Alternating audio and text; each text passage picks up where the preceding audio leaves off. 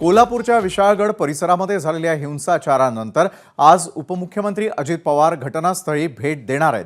पुण्यामधील सर्व कार्यक्रम रद्द करून अजितदादा विशाळगडाच्या पायथ्याशी म्हणजेच गजापूर गावात पोहोचल्यात। हिंसाचार घडल्यानंतर पहिल्यांदाच सरकारमधील मंत्री घटनास्थळी गेल्याचं हे वृत्त आहे।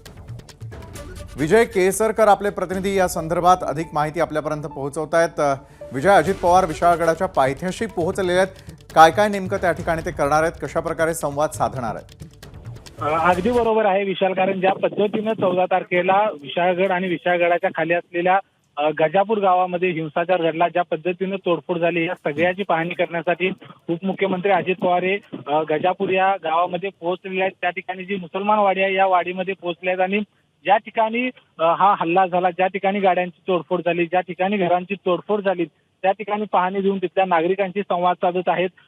एकूणच जर बघितलं तर हा हल्ला झाल्यानंतर सरकारमधील एखादा प्रमुख व्यक्ती या ठिकाणी या सगळ्या नागरिकांना आश्वस्त करण्यासाठी, धीर देण्यासाठी पोहोचला असं म्हणावं लागेल। कारण याच्या आधी आपल्याला माहिती आहे की शाहू महाराज पोहोचले, सतेज पाटील पोहोचले, इंडिया आघाडीचे नेते पोहोचले आणि आता अजित पवार या ठिकाणी पोहोचलेले आहेत आणि ते संपूर्ण इथल्या नागरिकांशी संवाद साधत आहेत। कशा पद्धतीने ही घटना घडली याची माहिती आहे ते घेत आहेत, कितीचं नुकसान झालं असेल याची माहिती आहे ते या ठिकाणी अजित पवार घेताना आपल्याला पाहायला मिळालं। विजय, तुम्ही आपल्यासोबत अशाच प्रकारे राहा, तिथून अपडेट्स तुमच्याकडून घेणार आहोत। तत्पूर्वी तिथे काय घडतंय ते प्रेक्षकांना दाखवूयात आणि ऐकवूयात।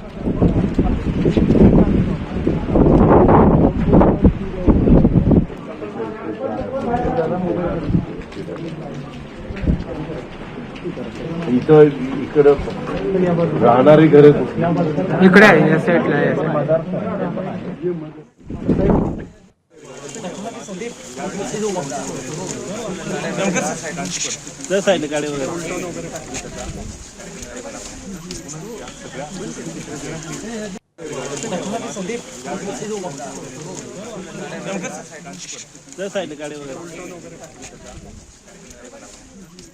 अधिक माहिती पुन्हा एकदा घेऊयात। आपले प्रतिनिधी विजय केसरकर आपल्यासोबत आहेत।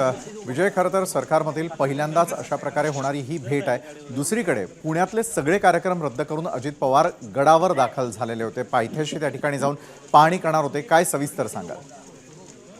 विशाल, अगदी बरोबर आहे, कारण आज पुण्यामध्ये अजित पवार यांचे संपूर्ण दिवसभर भरगच्च कार्यक्रम होते। मात्र जो पहिला कार्यक्रम झाला म्हाडाच्या उद्घाटनाचा, तो कार्यक्रम झाल्या सगळे कार्यक्रम पुढचे अजित पवार यांनी रद्द केल्याने ते विशाळगडाच्या पायथ्याशी असलेल्या गजापूर गावामध्ये पोहोचलेले आहेत। इथल्या नागरिकांची संवाद साधत आहेत, काय कशा पद्धतीने नुकसान झालेलं आहे, कितीचं नुकसान झालंय या संदर्भातले सगळे पंचनामे करण्याच्या सूचना आहेत ते या ठिकाणी प्रशासकीय अधिकाऱ्यांना अजित पवार या ठिकाणी देताना आपल्याला पाहायला मिळत आहेत।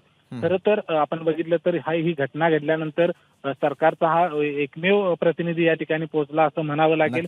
आणि ज्या पद्धतीनं तिथं सगळा हिंसाचार घडला, ज्या पद्धतीने इथं तोडफोड झाली, ही लोक कोण होती, कशा पद्धतीनं आलीत, नेमकं काय तोडफोड केली याची माहिती आहे ते अजित पवार या ठिकाणी अतिशय मायक्रो लेव्हलला जाऊन विचारपूस करतायत, प्रत्येक घरामध्ये जाऊन या ठिकाणी पाहणी करतायत, प्रत्येक गाडीची तोडफोड कशा पद्धतीने झाले असेल याचा अंदाज आहे ते। नक्कीच, धन्यवाद विजय दिलेल्या सविस्तर माहितीसाठी। एबीपी माझा, उघडा डोळे बघा नीट।